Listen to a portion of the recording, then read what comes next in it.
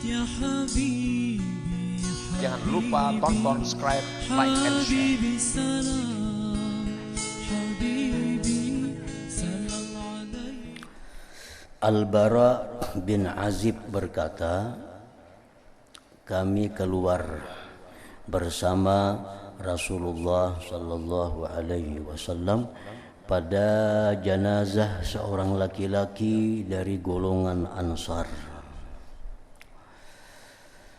Lalu Rasulullah sallallahu alaihi wasallam duduk di atas kuburnya dengan menundukkan kepalanya.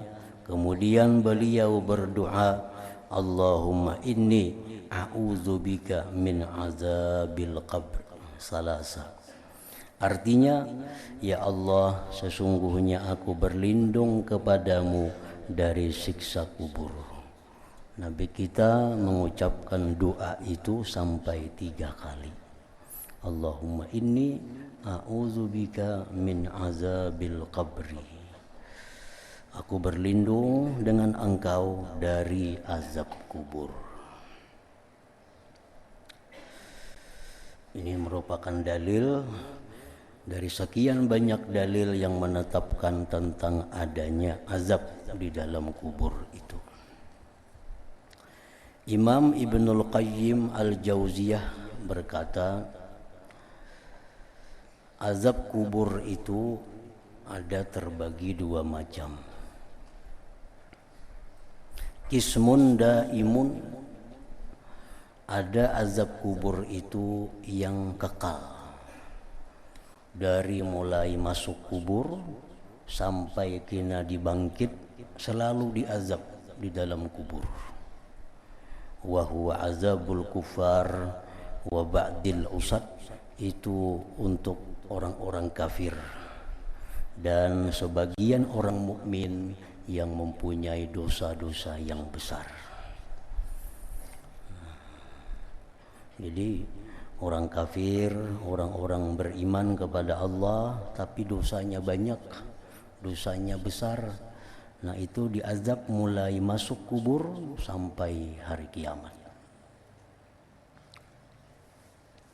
Wa munqati'un, ada azab kubur itu yang terputus. Artinya orang ini diazab kada sampai hari kiamat. Mungkin diazab waktu pertama masuk kubur, nah habis itu dia selesai menjalani azab. Wa huwa azabu man khaffat jaraimuhum minal usad fa innahu yu'adzabu hasba jarimatih. Nah, itu azab orang-orang yang ringan dosa-dosanya daripada orang beriman yang maksiat, maka dia diazab sekedar maksiatnya itu. Nah, ini orang beriman punya dosa, tapi dosanya itu dosa yang ringan, dosa yang kecil. Nah itu begitu masuk kubur dia disiksa juga, tapi ada batasnya.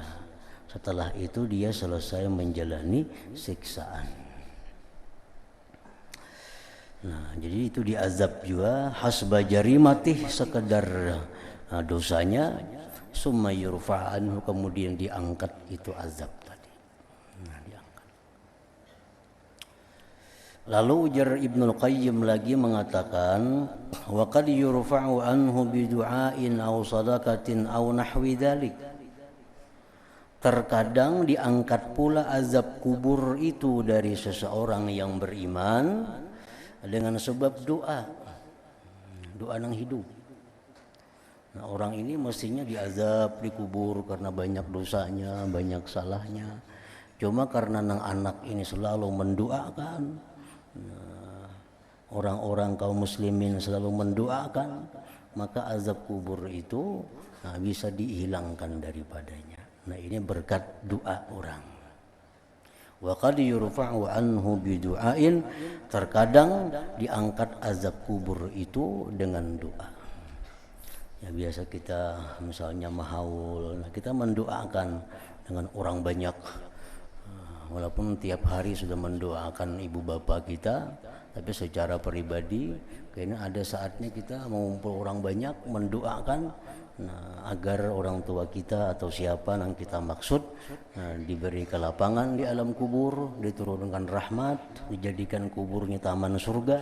Nah, itu bisa dikabulkan oleh Allah sehingga yang mestinya diazab ini orang diangkat azab daripadanya. Au sadaqatin, atau dengan sedekah. Nah, ini kada doa tapi dengan sedekah.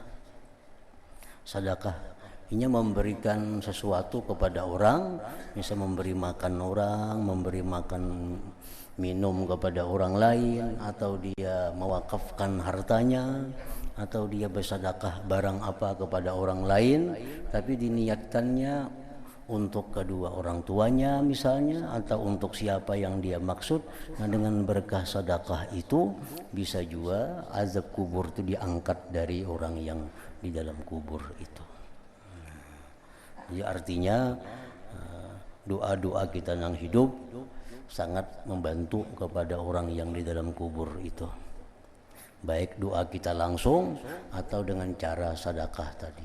Nah, kita nukar nasi bungkus 10 bungkus umpamanya, kita niatkan di hati kita agar disampaikan pahalanya kepada almarhum siapa. Nah, kita beri makan nasi bungkus 10 bungkus. Nah, itu sedekah. Nah, kalau itu jadi pekerjaan kita, jadi rutin kita, tiap minggu beri makan orang 10 bungkus, 15 bungkus, niatakan pahalanya untuk orang-orang yang dikubur daripada orang tua kita. Nah, andai kata beliau dalam kubur itu disiksa oleh Allah, itu bisa diangkat siksanya berkat sedekah yang hidup ini.